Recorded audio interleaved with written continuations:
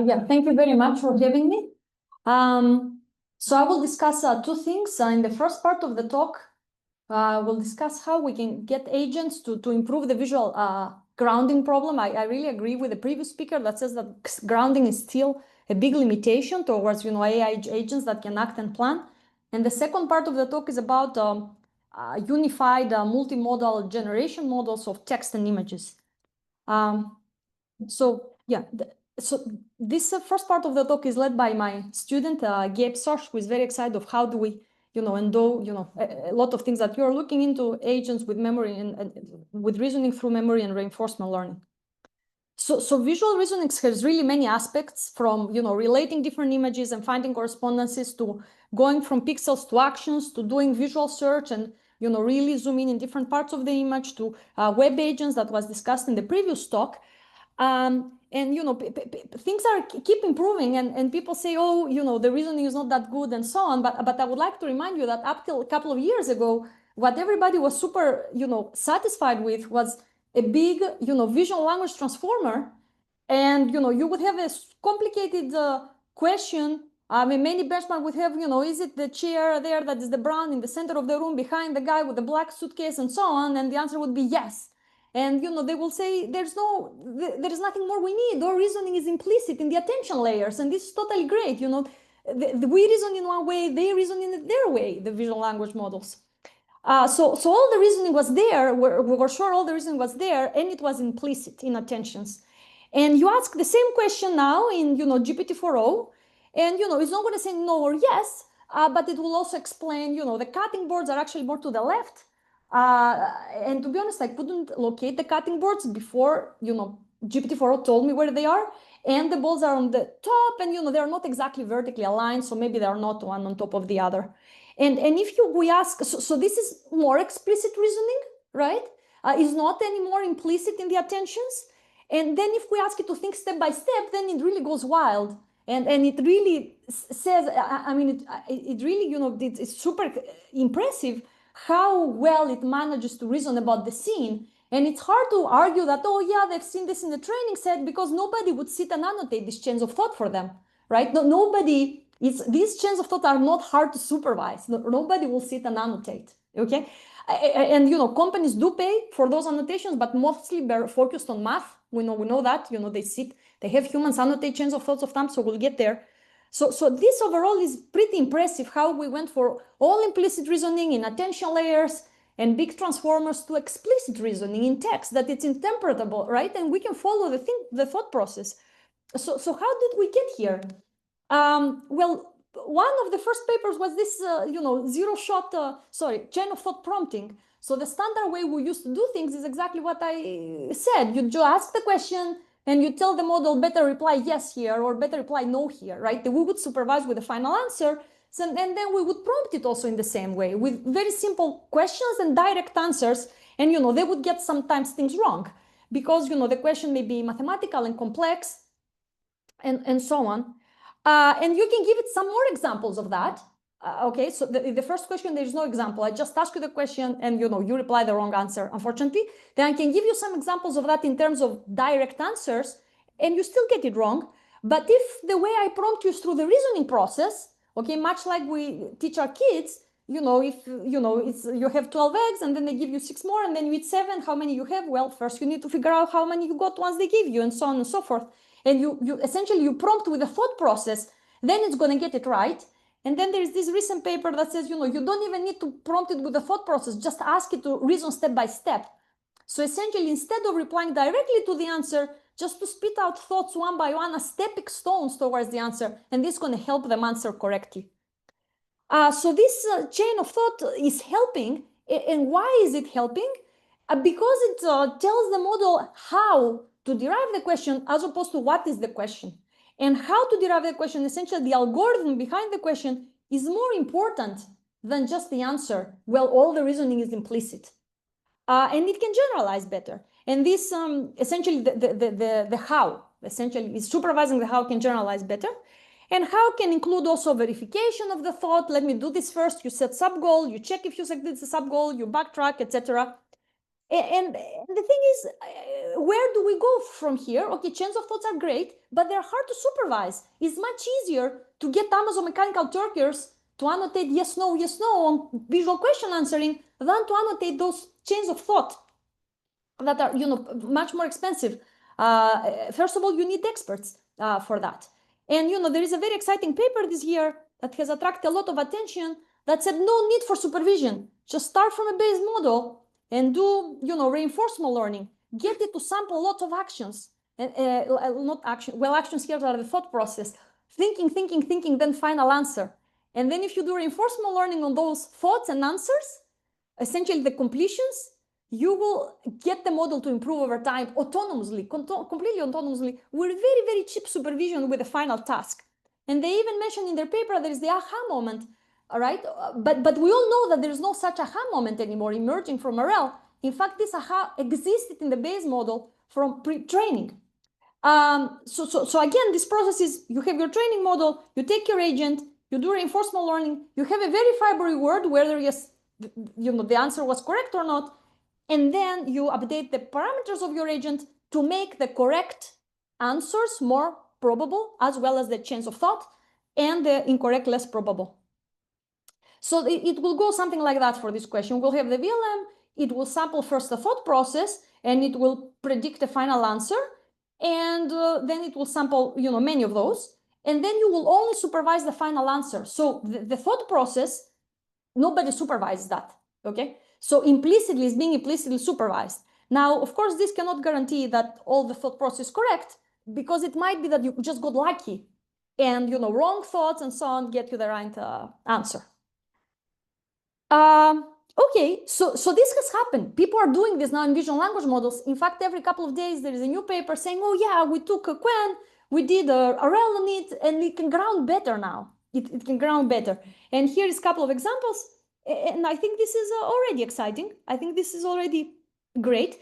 And if you see the resulting chains of thought that come out of this process, either with prompting or with doing RL the same, like roughly the way I described, I mean, they're nice thoughts, but they're all text thoughts. They're all text thoughts.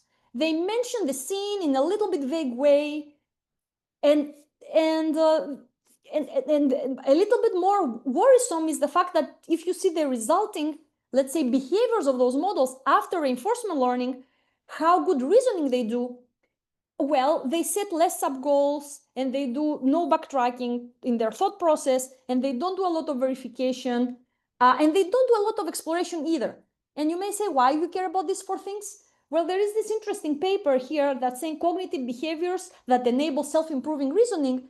And they say that if your base model, if your starting VLM has these reasoning capabilities, can set goals, can verify, can backtrack, and so on, then it can self-improve through reinforcement learning. So here we see essentially that those skills, those cognitive skills, are not there after reinforcement learning, all right?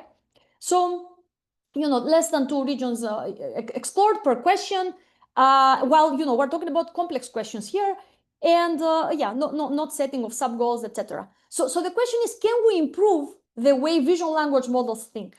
So we can get inspiration from the way humans think when they look at an image and try to answer a question. So here you see how the human gaze moves around the image once it sees this image and tries to figure out what is happening, okay? And let me play it one more time. So you see this facades, the eye gaze moves around the image, and you can think of gaze as a window into the human reasoning, okay? And actually, even more excitedly, you can figure out you can see people playing chess, and you can see their eye gaze, and essentially they're playing out with their eye gaze the moves they're thinking about in chess. So very similar things. And indeed, both Ullman and Ballard had already mentioned how important are those, the gaze moving around in the image, and how important is to ground the thoughts explicitly in the image space, okay? And so basically, the attention and the gaze motion is not just perceive the image, but it structures and guides the reasoning while we process that visual signal. And inspired by this human data, we have the following hypothesis. What if grounding the reasoning, grounding those text thoughts directly in the image, essentially getting this chain of thought to cross-reference the image multiple times. So the text to go back to the image back and forth will get VLMs to see better and to think better.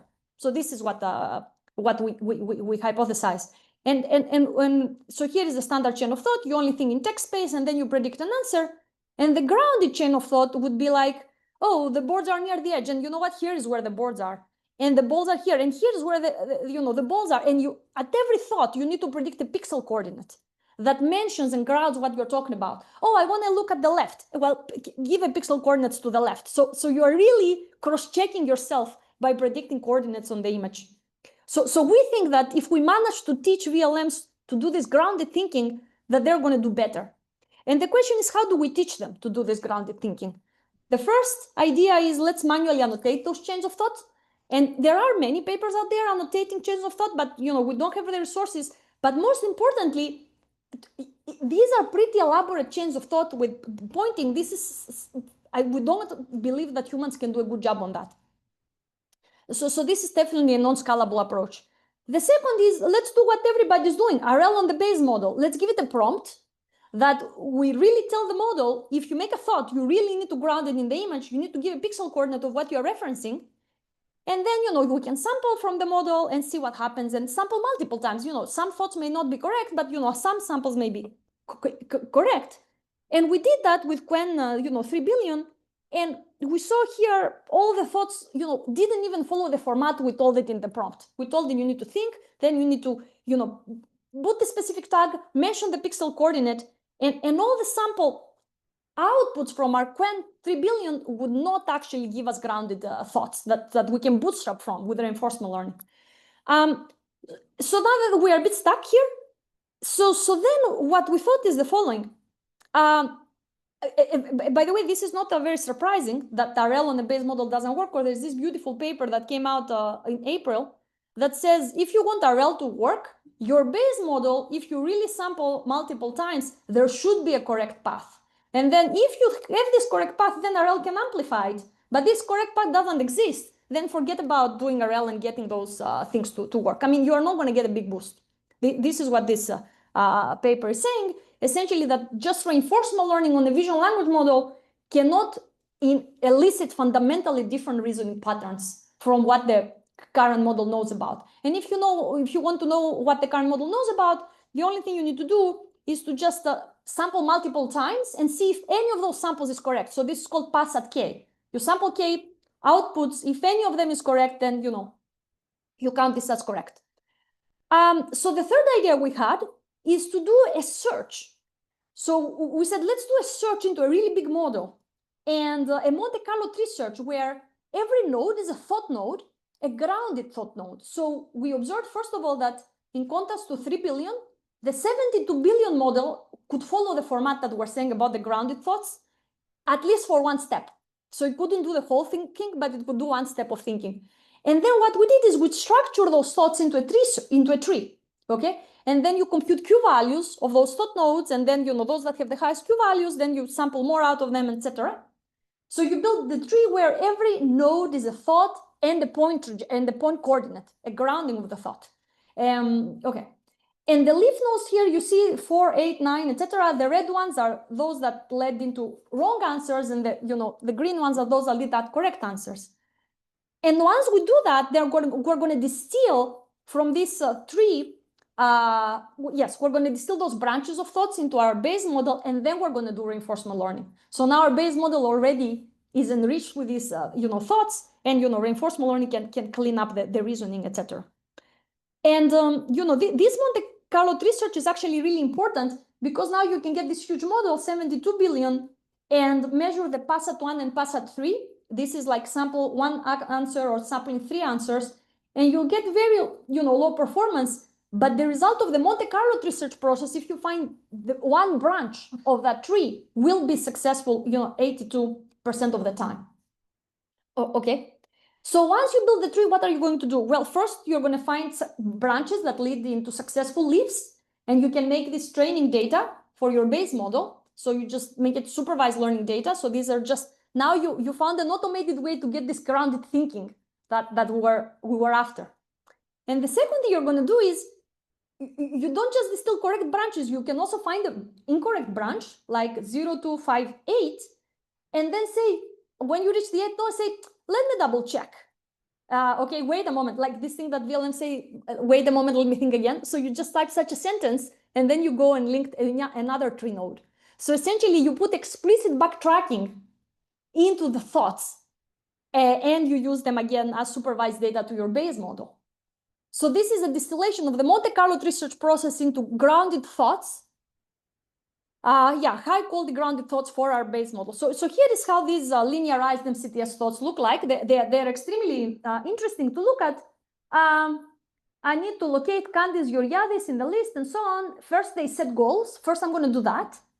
I see the follow button at this coordinate, etc. Then they verify things. Then they backtrack. So this backtracking is probably us linking an incorrect leaf to correct leaf. So we explicitly added this little sentence.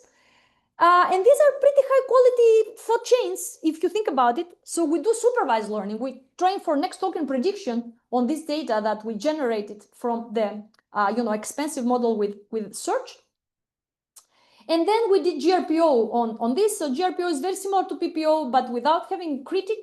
Essentially, you sample completions from your model, you look at the rewards, you normalize them, subtracting the mean and divide the standard deviation within the batch. So this is your advantage. And then you feed this into the clipped objective of PPO that essentially incentivizes you not to change the ratio of probabilities of completions after gradient descent and before gradient descent. This R theta tau needs to stay close to 1. Okay, this is what the clipped objective is doing. So then we train this model across multiple benchmarks for web agent grounding and spatial reasoning and so on. And you see that across the board, this model, which we call VigorRL, okay, over just using direct SFT, essentially supervised learning only with direct answers without the chains of thought. This SFT direct there, or doing directly reinforcement learning on the initial model, it does better. And you can also, test it on other, a lot of any grounding benchmark you like, and the visual grounding ability improves, let alone that the chains of thought are very interpretable now. And here is Visual Web Arena that, our model is doing really well. And one little new thing you can do is, if your image is really, if your entities are really, really tiny, instead of just pointing at the image, you can go and crop around that pointing location and then tokenize that crop, right? So you essentially assign more tokens into this specific important part of the image. Is like a zoom in operation. You feed this to your model, and this extra thing essentially does better in benchmarks where really this zoom in is important. For example, VStar bench or this web grounding, it does like 1-2% better than the model that doesn't zoom in. And if you see what happens on these cognitive skills that we discussed, after our reinforcement learning, essentially, the model, you see, look at the middle section, right? It can set more sub-goals, it verifies those sub-goals, it has backtracking, so it becomes a better reasoner, essentially, through this process. And we also ask humans to evaluate the intermediate thoughts that nobody essentially evaluates, and they say, yes, this is correct, etc., most of the time. So I'll show you failure modes. So here is how things look like. It's thinking and it's pointing in different parts of the image, grounding its thoughts. This is exactly like what happens across different tasks when you essentially train this model. So what are the failure modes? Well, the failure modes is overthinking, because there is nothing in our cost function that prevents, thinking more than what's, necessary for a task. So here it's really sampling different locations in the image place and says, I'm going to make sure there's no pot here. I'm going to make sure there's no pot here. So which is a little bit crazy. And then, here it thinks that there's a window while there's just the sunlight, etc. So the takeaways is, this is one way, this is the hardest part, right? How do you start from a base model that doesn't have some certain capabilities and you get it to endowed with those capabilities? So it seems search is very important. So teaching reasoning seems more important than teaching answers. It's hard to supervise with humans, so we need to find automated ways to explore, right? So we are very excited about this work. We want to put any types of tools now that the model can use to explore. These tools can be traditional computer vision. Oh, what if you lift this image to 3D and see if this object fits there, right? So you can use any tools to be able to reason about your input and decide what to do next, etc. Yeah, so this is the first part of the talk. Do I have any time left? Or? Well, maybe like 5 minutes. 5 minutes, okay, so maybe we can skip the second part. Or maybe I can do an introduction only on the second part. I was planning to talk to you about the work we have. It's called unified discrete diffusion. We like multimodal models. We can take language and input, language and images as input. You predict language and vision as output. We have those models already. They're autoregressive.